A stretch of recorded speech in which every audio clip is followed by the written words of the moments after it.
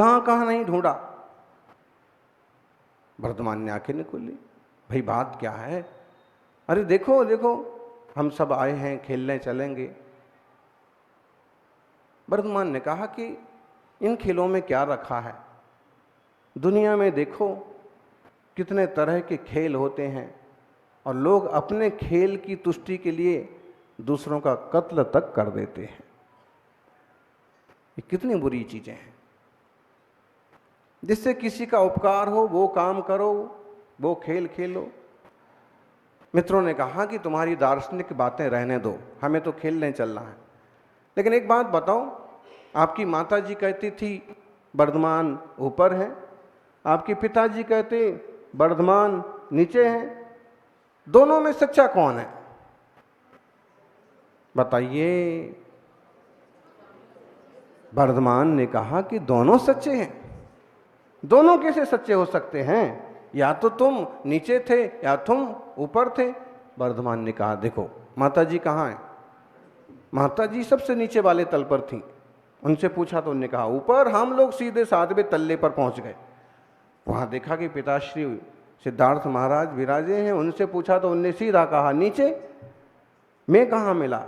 तुम यहाँ बैठे हो 4थे तल्ले पर। तो बोले माताजी की अपेक्षा में ऊपर हूँ, पिताजी की अपेक्षा में नीचे हूँ, इसलिए दोनों की बातें सही है, दोनों सत्य है। एक नजरिया होता है बातों को समझने का। परिवार में भी अगर कलह हो जाए ना तो समझो, इसको समझाया कैसे जा सकता है, संभाला कैसे जा सकता है, कारण क्या है और निवारण कैसे हो सकता है। हो सकता है कि कारणों में ही आपको निवारण की चाबी मिल जाए। कई बार लगता है हमारा अपमान हो गया, हमारी सुनी नहीं गई, कोई वैल्यू नहीं है। और जब कोई बुद्धिमान इसका समन करता है कि देखिए घर है, परिवार है, आपका है, बड़े भाई ने कह दिया, पिताजी ने कह दिया, उसको सुन लो, समझ लो, क्या बिगड़ गया। और अगर गलती छोटी की है तो फिर बड़े को समझाया जाता है, अब तो बड़े हो, थोड़ा दिल भी बड़ा करो। सौभाग्यशाली हो। समाज, देश, चाहे घर परिवार, बिना अनेकांतवाद, बिना स्यादवाद, बिना समझदारी के नहीं चल सकता। ये एक उदाहरण मुझे बहुत अच्छा लगता है रामायण का। सीता जी को लेकर के राम अयोध्या पहुंच गए हैं। हनुमान भी अभी यहीं हैं। कुछ महत्वपूर्ण कार्यक्रम हो चुके हैं और एक दिन हल्के फुल्के मूड में तीनों बैठे हुए हैं। तभी राम को कुछ कुतूहल सूझा। उन्होंने कहा सीता, इतने दिन अशोक वाटिका में रहीं, मैंने सुना है अशोक वाटिका बड़ी सुंदर, बड़ी विस्तृत और सुगंधित फूलों से सहित है। बताओ वहां के फूलों का रंग कैसा था? सीता जी ने कहा कि वहां के फूल सफेद फूल, एकदम वाइट, जैसे दूध होता है ऐसे फूलों का रंग था। सुगंध आती थी, खिलते थे, अच्छा लगता था, चांदनी की तरह चमकते थे। हनुमान जी ने कहा कि माता जी, मैं भी तो अशोक वाटिका में गया था, लेकिन मुझे तो कोई सफेद फूल नहीं दिखे। राम ने कहा तो तुम बताओ, तुम्हें कैसे फूल दिखे, कैसे फूल थे वहां के? हनुमान कहने लगे, क्षमा करना, वहां के सारे फूल लाल थे, ज्वाला निकल रही थी। सीता ने कहा कैसी बात करते हो, हम तो तुमसे ज्यादा समय रहे, तुम तो क्या है एक दिन आए और उधम मचा करके।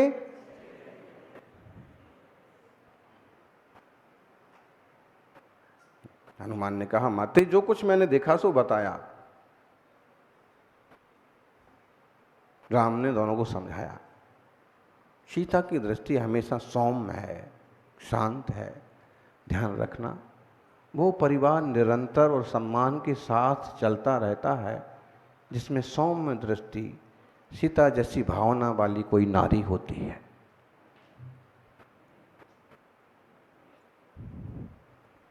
जो देवर की भी कीमत समझे, माता पिता की भी कीमत समझे, पति की भी कीमत समझे, और हर चीज़ को कैसे हैंडल करना है, अपने सील और सतीत्व की सुरक्षा कैसे करना है। आजकल तो वर्जन इज कैंसर, इस टाइप के लोग, टी शर्ट पर क्या लिखा रहेगा, कुमारपन कैंसर है। ऐसे में तुम्हारी सतीत्व सील की रक्षा कैसे होगी, चाहे युवा हो चाहे युवती हो। सबसे बड़ा धर्म है अपने शरीर पर बेमतलब किसी का हाथ नहीं लगना चाहिए, किसी की नज़र नहीं लगना चाहिए।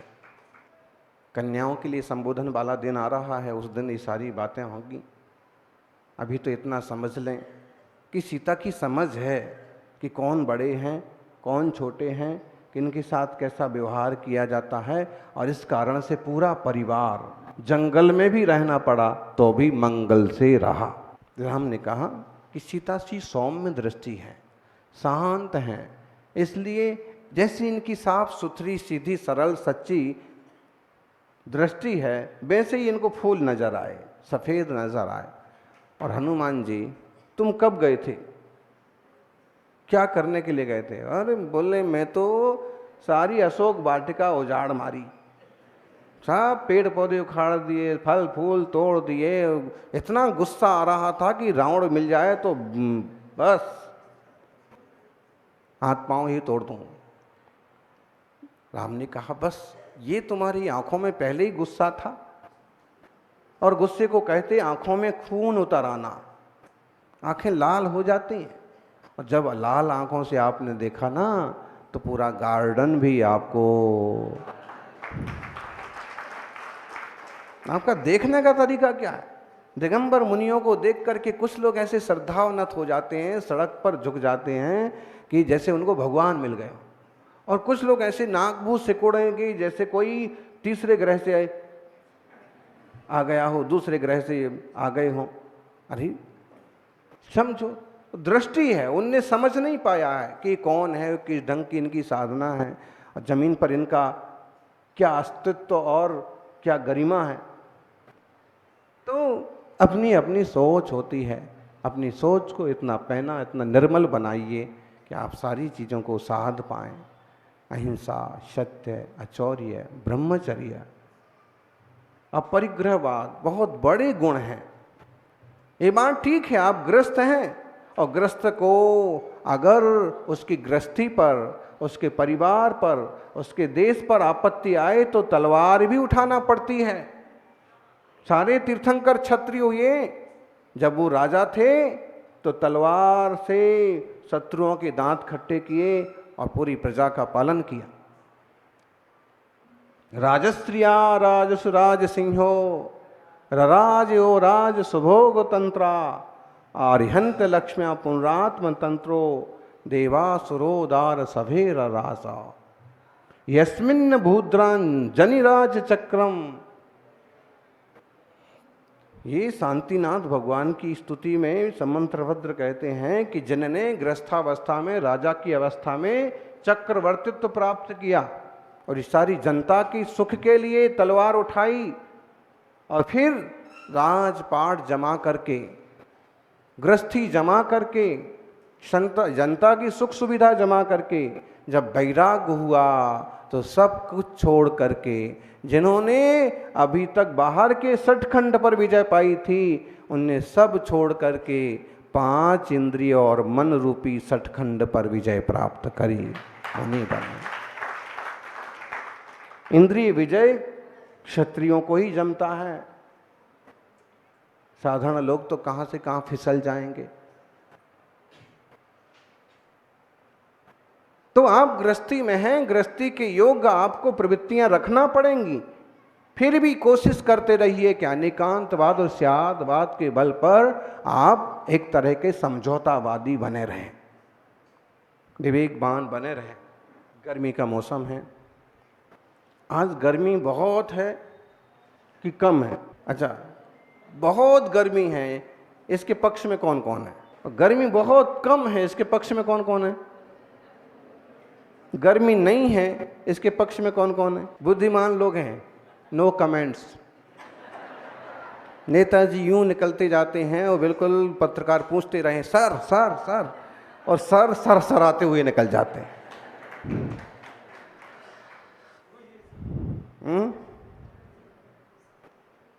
तो सही बात है, जिन चीज़ों पर हम कुछ बोलना नहीं चाहते हैं, जो हमें ठीक से समझ में नहीं आई है, या सामने वाला कुछ और कहना चाहता है, तो चुप रह जाने में भलाई है। जब माँ कह रही है कि बेटा सुनो, तो पहले पूरी बात सुनो। पिताजी कह रहे थे कि बेटे सुनो, पहली बात पूरी उनकी सुनो, उनका आइडिया क्या है, उनका दृष्टिकोण क्या है, उनका एंगल क्या है। फिर आप भी तसल्ली से अपनी पूरी बात रखो कि ऐसा करने के पीछे मेरा ये मकसद है। तो माता पिता, परिवार, सबके रिश्ते सेटल रहेंगे।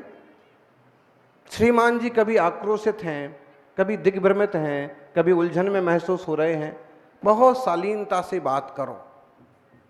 आप पर डाउट जैसी कोई चीज है तो बातें खोलो।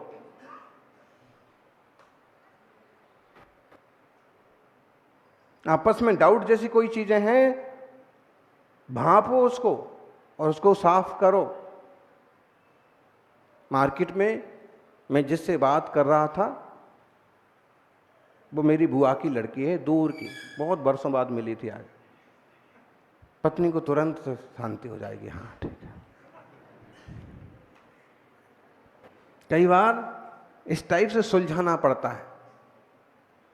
और अगर कि बातें आप थोड़ा समझना सीखो कि मुंह फूल गया है तो इसके पीछे रीजन क्या है। कई बार तो ये होता है कि आपने क्या बोलेंगे, अब घर घर की कहानी है। तो फिर भी इतना निश्चित समझिए कि आप अगर प्रज्ञावान हैं तो आपसी समझदारी से चीजों को एकदम सेटल कर सकते हैं।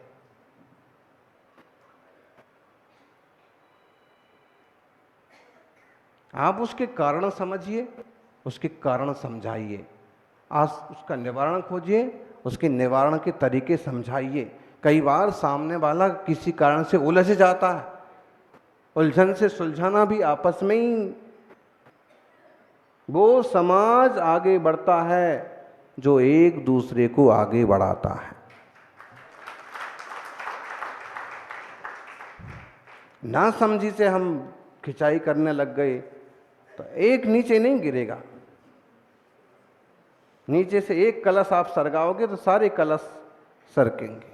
परिवार का हाल है, वही संघ का हाल है। इतना बढ़िया शिविर चल रहा है, खटाखट फटाफट क्लासेस। अगर आप इसको गंभीरता से देखो ना, किसी यूनिवर्सिटी जैसा सिस्टम चलता है। फिर अगले प्रोफेसर आ गए, फिर अगले, और फिर अगला सब्जेक्ट चालू हो गया। आपसी कम्युनिकेशन, आपसी समझ, सारे सम्मान आप ही चाहने लग जाएं, सारी चीजें आप ही चाहने लग जाएं, सभी आपको ही धोखा लगाएं, आप किसी को ना लगाएं। ये ऐसा तो नहीं हो सकता। अगर आप चाहते हैं आपकी वैल्यू हो, आपकी कीमत हो, आपको भी वैसा करना पड़ेगा जो आपसे बड़े हैं। अनेकांतवाद हमें बहुत गंभीर विचार करना सिखाता है। हम इस पर ध्यान दें और धीरे जो हमारा शरीर है ना, ये शरीर, बॉडी, ये भी हमारा है। ये हम व्यवहार से कहते हैं, निश्चय से सचमुच में हमारा होता तो अगले भाव में भी तो हमारे साथ जाना चाहिए। फिर नहीं जाता है, फिर तो लोग कहते हैं कि भाई आत्मा निकल गया और शरीर धरा रह गया। बोले माटी रह गई है और वो चले गए, बोलते कि नहीं। इसका मतलब है अनेकांतवाद हमें सिखाता है कि शरीर से प्यार करो, शरीर की रक्षा करो, लेकिन ये ध्यान रखो सत्कर्म करने के लिए ही ये मिला है। क्यों? जो सत्कर्म होगा ना, वो तुम्हारी आत्मा के पुण्य के खाते में जाएगा। और जब शरीर रूपी घर छूट भी जाएगा तो आत्मा जहां भी जाएगा वहीं आनंद पाएगा। वहीं सम्मान पाएगा, वहीं सुख पाएगा। देह की और आत्मा की भिन्नता भी अनेकांतवाद से, निश्चय व्यवहार से, द्रव्यार्थिक पर्यार्थिक नए से समझ में आती है।